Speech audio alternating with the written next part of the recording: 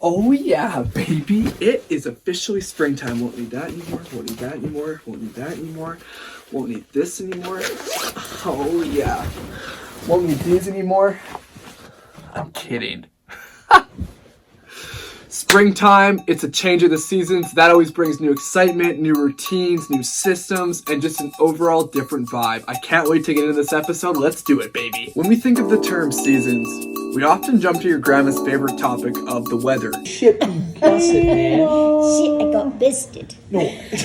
But in this video today, I hope to open your eyes to the fact that these seasons, spring, summer, fall, and winter, can actually apply to any area in your life. It's alright! This was a concept popularized by the pioneer of self-help himself, Jim Rohn. This is what he had to say. You cannot change the seasons, but you can change yourself. Later in the video, I'll jump into a personal story about these seasons in my own life.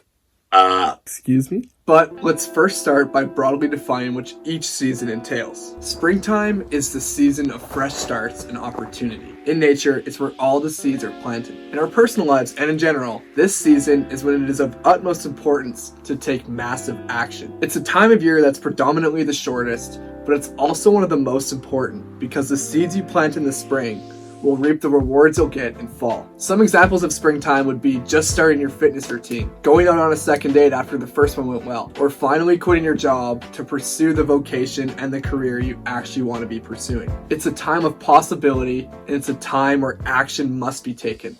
Summer is the golden age of the seasons. According to Jim Rohn, there's two key important things to pursue in the summer. Nourish your values like a mother and conquer your enemies like a father. To use the example of a farmer, if you've planted everything in the spring and you want to have a successful season, you need to protect those crops throughout the summer. Go away, crows. If you don't, parasites and other damaging enemies can potentially ruin all the effort you put in early on. But also bear in mind that when we think of enemies, we think about external things beyond ourselves. But often, the enemies we need to battle the most are the enemies within. Indifference, indecision, worry, doubt, overcaution, pessimism, procrastination. These are all things that are the enemies to our productivity and to building momentum.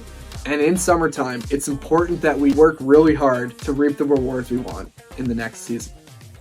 Fall, aka the harvest season, is a time of abundance. The personal harvest you have during this time is yours to accept with full responsibility. Be open to receiving. It can be a very magical time if you diligently planted your seeds in the spring, you protected them in the summer, and then now you're being rewarded for that effort. Wow. On the flip side, if you didn't plant your seeds in the spring, you slacked off in the summertime, then don't expect it to be a fruitful fall for you. Ultimately, the results you have are a direct reflection of how well you tackled spring and summer. Some examples of fall would be a booming economy, getting a promotion at work, having your first baby. It's a wonderful season that gives you the fruits for your efforts if you're willing to put the effort in.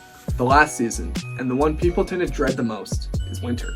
It's a time where life can feel dreary and dull and often lifeless, but it's also a time of immense opportunity. It's a time to reflect and to think about what went well in your harvest season. How did you act in the summertime? What seeds did you plant in the spring? And maybe even more importantly, what seeds are you going to plant in the next spring? And although the days can often feel long and winter can seem to drag on forever, the antidote to getting through it is to just keep showing up. In the history of the spinning rock we live on, day has always followed night, and that's the same with winter. Spring will always follow winter, and then you can get back into planting the seeds to have an abundant harvest season. I mean, after all, if you're watching this, every single winter you've been in has gotten you to this point. You've gotten through every single one, and you can get through the next one. A huge winter we all just got through was COVID for society. Some other winters you may have gone through is breaking up with a significant other, losing your job, injuring yourself at the gym. These are all things that cause you to reflect, cause you to slow down, and can really be impactful to help you eventually plant the seeds for the eventual futures you want. So to exemplify the seasons in my life, I want to take you back to just a couple months ago. It was the tail end of the fall semester. I had successfully gotten through midterms. I had done most of my term papers. I just got promoted at work, and honestly, life was going really good. This was like mid-November. But then, sure enough, the seasons always change. It's always cyclical, and I hit a breaking point.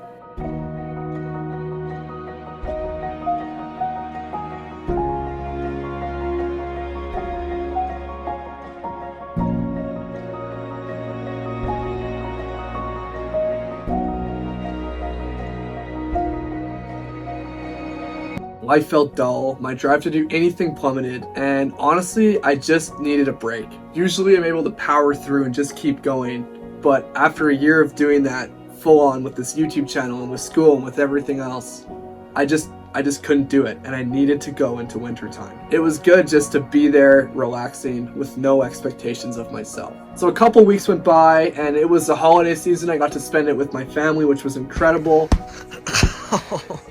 No, stop it! On January 1st, I would consider it the first day of spring for me in this dark time in my life. It was when my dad and I met for a few hours to set up contracts for the year to really set out what we want 2023 to be. And so this contract laid out every single thing I wanted to do in my life. I had 6 pillars in it. I still read it every morning. And I would consider this the seeds I planted to fuel a strong start to the year, to fuel my summer. So after that, we were off to the races, and honestly, January was the single most productive month I've ever had in my life. I was waking up early, I was submitting my assignments on time, I was being diligent with YouTube. As I talked about earlier, I felt like I was nourishing the values of my pillars, the values of my contract. But the second part of summertime is to conquer your enemies.